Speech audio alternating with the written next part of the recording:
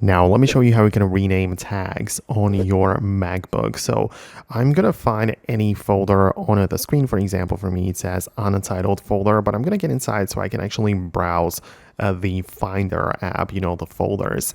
And on the left panel, you can see a bunch of different things like the recents, shared, favorites, and so on. And below, you will probably see the tags. So if it's closed, you can expand it like this to make the tags show up, and you can customize those which show in here. For example, there's this one which says gray, and you can right click on it and tap on rename the gray like this, and you can change it to something else. For example, rename it like this, right? And that's, if it's already taken, it's not gonna let you, but that's the way you can actually rename it.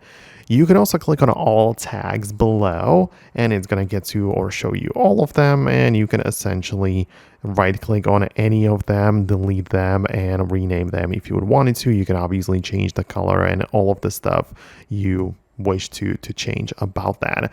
The only problem with it is that you perhaps don't see the tags on the side there. And if that's the problem, just go to the top left corner, click on Finder, and tap on the settings right there.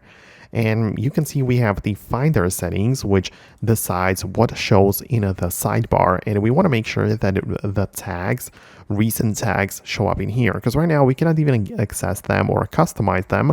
So we want to make sure we show the recent tags, and then now we can right click on them or show all of them and make changes in here. So I hope it makes sense. That's what I wanted to explain. Definitely subscribe for more videos and explanations like this one, and I'll talk to you later.